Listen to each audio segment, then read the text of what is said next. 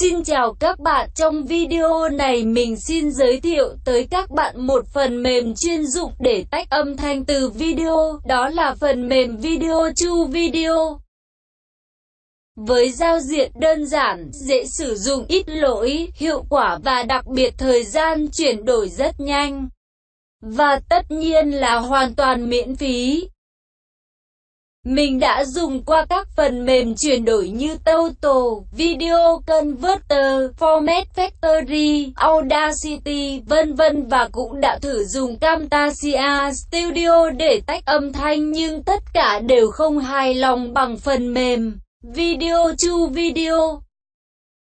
Riêng CHIA thời gian khởi động rất lâu, với thời gian đó trên Video to Video chúng ta đã hoàn thành công việc. Video to Video với dung lượng rất nhẹ, các bạn tải về và cài đặt rất dễ dàng với nhiều nguồn khác nhau trên Internet. Việc chuyển đổi rất đơn giản, đầu tiên bạn mở phần mềm lên, sau đó chọn Add Video, kích chọn các video cần chuyển đổi sang file âm thanh.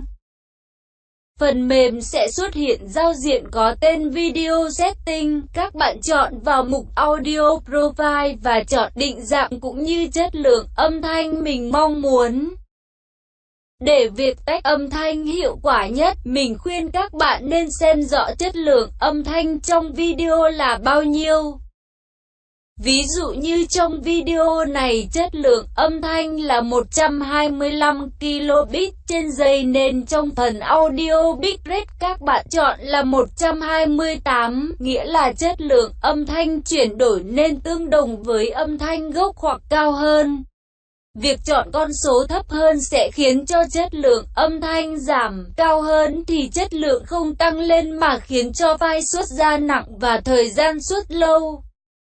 Trong phần Quality các bạn chọn 2 để cho chất lượng cao nhất.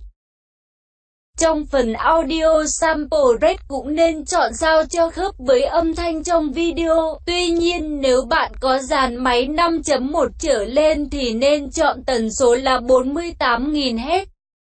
Phần Audio Channel các bạn chọn là Stereo, sẽ cho âm thanh hai kênh, dưới cùng là phần điều chỉnh âm lượng. Định dạng xuất ra nên chọn là MP3 vì MP3 rất nhẹ và cũng khá chất lượng. Cuối cùng bạn kích chọn vào nút Convert để thực hiện việc chuyển đổi. Video chuyển đổi có độ phân giải cao HD 720 nhé, việc tách âm thanh khá là nhanh có phải không nào? Cảm ơn các bạn đã theo dõi video, nếu có thắc mắc hay ý kiến đóng góp xin để lại dưới video hoặc kết bạn và nhắn tin với Facebook của mình tại địa chỉ http://facebook.com/sim-94.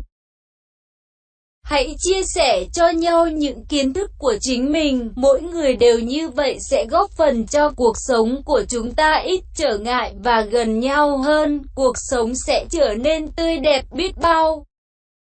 Một lần nữa cảm ơn các bạn đã theo dõi.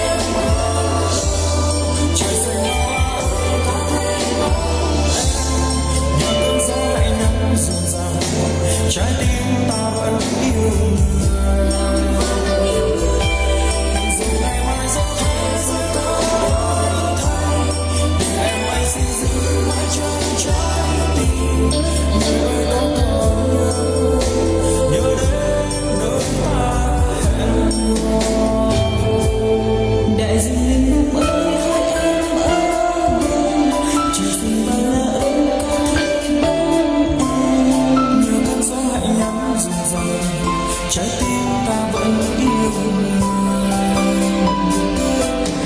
Giờ này đã sẽ có thôi, em sẽ giữ lại trong trái tim. Người có còn nhớ đến nơi ta